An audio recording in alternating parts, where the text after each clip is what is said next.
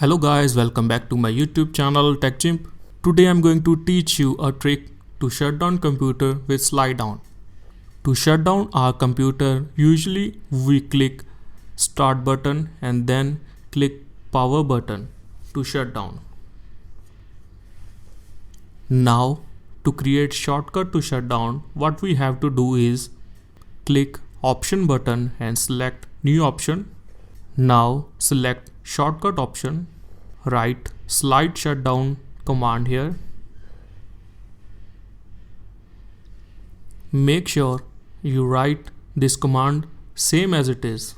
Now click next button and finish button. You can see shortcut button created. Click on it. So finally you can see slide to shut down shortcut created. Just fully slide down to shut down your PC. It will completely shut down your PC. I hope you like this trick. Thanks for watching my video. Click subscribe button to get more updates.